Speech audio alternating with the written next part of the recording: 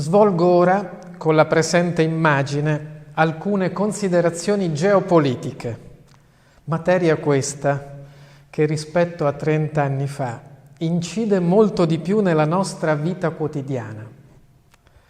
Viviamo un tempo nel quale siamo sempre più connessi con sistemi di trasporto, tecnologie e aspetti finanziari. Tutto questo ha rappresentato un'evoluzione, ma anche, voglio sottolinearlo, un punto critico di fragilità. Si possono ormai indurre grandi effetti molto complessivi, direi globali, anche dai piccoli cambiamenti locali.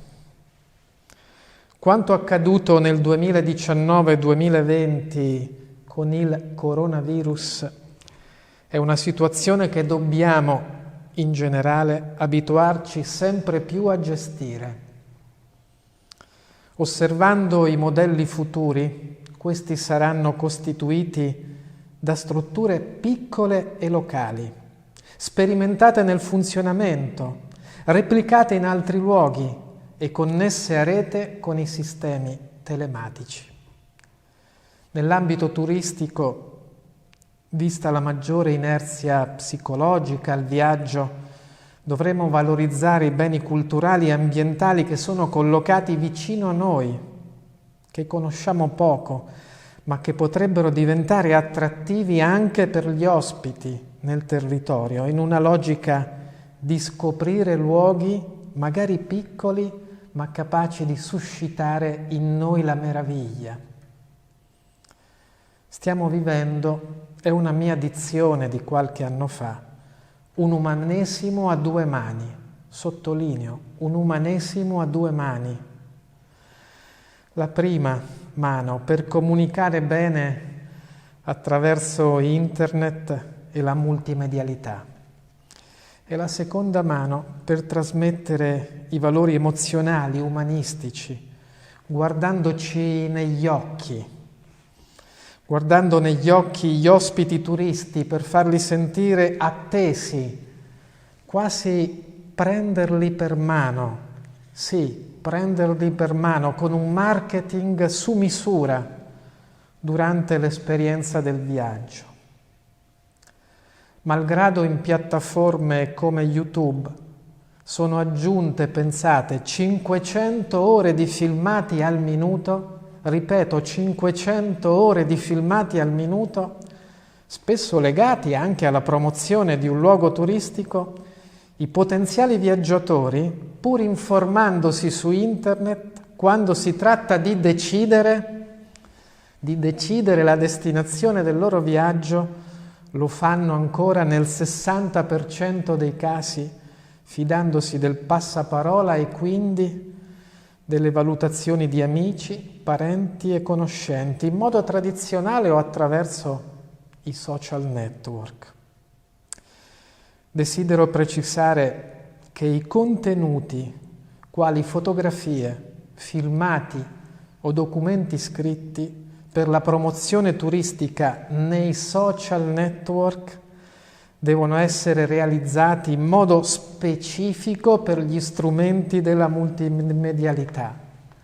In sostanza, se dobbiamo pubblicare una fotografia su Instagram, la foto deve essere realizzata con caratteristiche adatte a tale social network e non riutilizzando una foto che già abbiamo.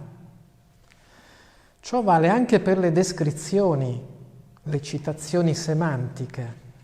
Consiglio testi brevi, semplici e chiari, che possano comunicare visivamente le emozioni. In Italia, voglio sottolinearlo, solo il 25% dei contenuti nei social network è realizzato in modo specifico per tali strumenti multimediali. Non dobbiamo dimenticare che l'Italia è caratterizzata da valori ampi e differenti.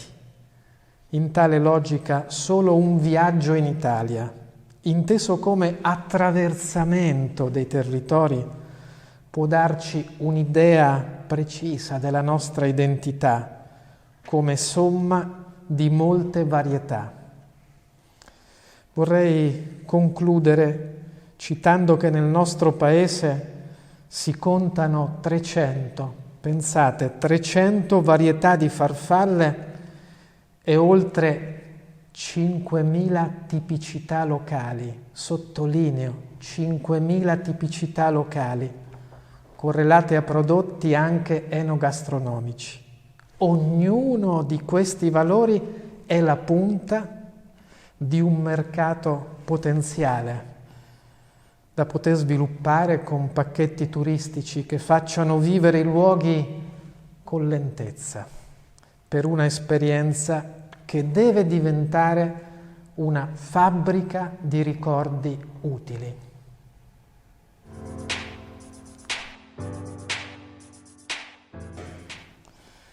Nell'anno 2014, anche in linea con le mie esperienze, ma il fenomeno era già in atto, emerse con chiarezza nel quadro italiano e internazionale la tendenza che molti turisti stavano passando dal viaggio verso una meta al desiderio di percorrere un itinerario, anche se ospitati in una città per alcuni giorni. Si torna quindi al senso antico del viaggio e all'esigenza, anche se ospitati in un luogo, di vivere in quello spazio un itinerario. Come anticipato, tutto questo modifica la parola turismo, ormai da declinare in turismi con questa I finale, che significa che ognuno vuole un prodotto specifico solo per lui, su misura, per sentirsi preso per mano. Citiamo l'intensa attività coordinata dal Ministero per i Beni, Attività Culturali e Turismo, tesa a classificare, tutelare e valorizzare gli oltre 8.000 chilometri di cammini italiani, percorribili in modo pedonale, ciclabile o a cavallo. Gli itinerari culturali e naturali toccano luoghi con valore storico e sono percorsi per elevare il benessere fisico, ma anche quello interiore. Nel 15% dei casi i cammini italiani sono fruiti dai viaggiatori per esclusive ragioni religiose. Nei cammini, oltre l'origine, è importante la meta di arrivo, è importante l'autenticità storica dei percorsi, dei luoghi lungo l'itinerario, è anche importante la presenza di servizi ricettivi d'accoglienza nelle soste. Lungo il cammino tutti i residenti devono far sentire accolti i viaggiatori con il loro afflato emozionale e una empatia autentica.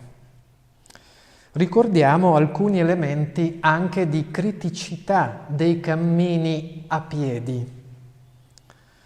Sono, credo, troppi i cammini proposti, quando invece bisognerebbe puntare solo su alcuni di questi, curando di più i servizi necessari, la segnaletica, le soste di accoglienza e la manutenzione. Sottolineo la manutenzione. I pellegrini mostrano una bassa propensione alla spesa e, come è evidente in alcune esperienze europee, chi accoglie l'ospite in una sosta lungo il percorso lo dovrebbe fare con lo spirito del donare, ricevendo dal viaggiatore quanto può. Nonostante il chiaro minimalismo, i pellegrini entrano in grande assonanza con il cammino che stanno percorrendo, al punto tale, sottolineo, al punto tale che ne conservano dopo per sempre la memoria, evocandone i valori e quindi attivando quel passaparola molto incisivo e duraturo nel tempo. Anzi, non raramente, i pellegrini tornano da turisti tradizionali negli stessi luoghi, con una propensione alla spesa questa volta medio-alta e una vocazione per il turismo culturale, ambientale e una buona presenza media in termini di giorni di pernottamento.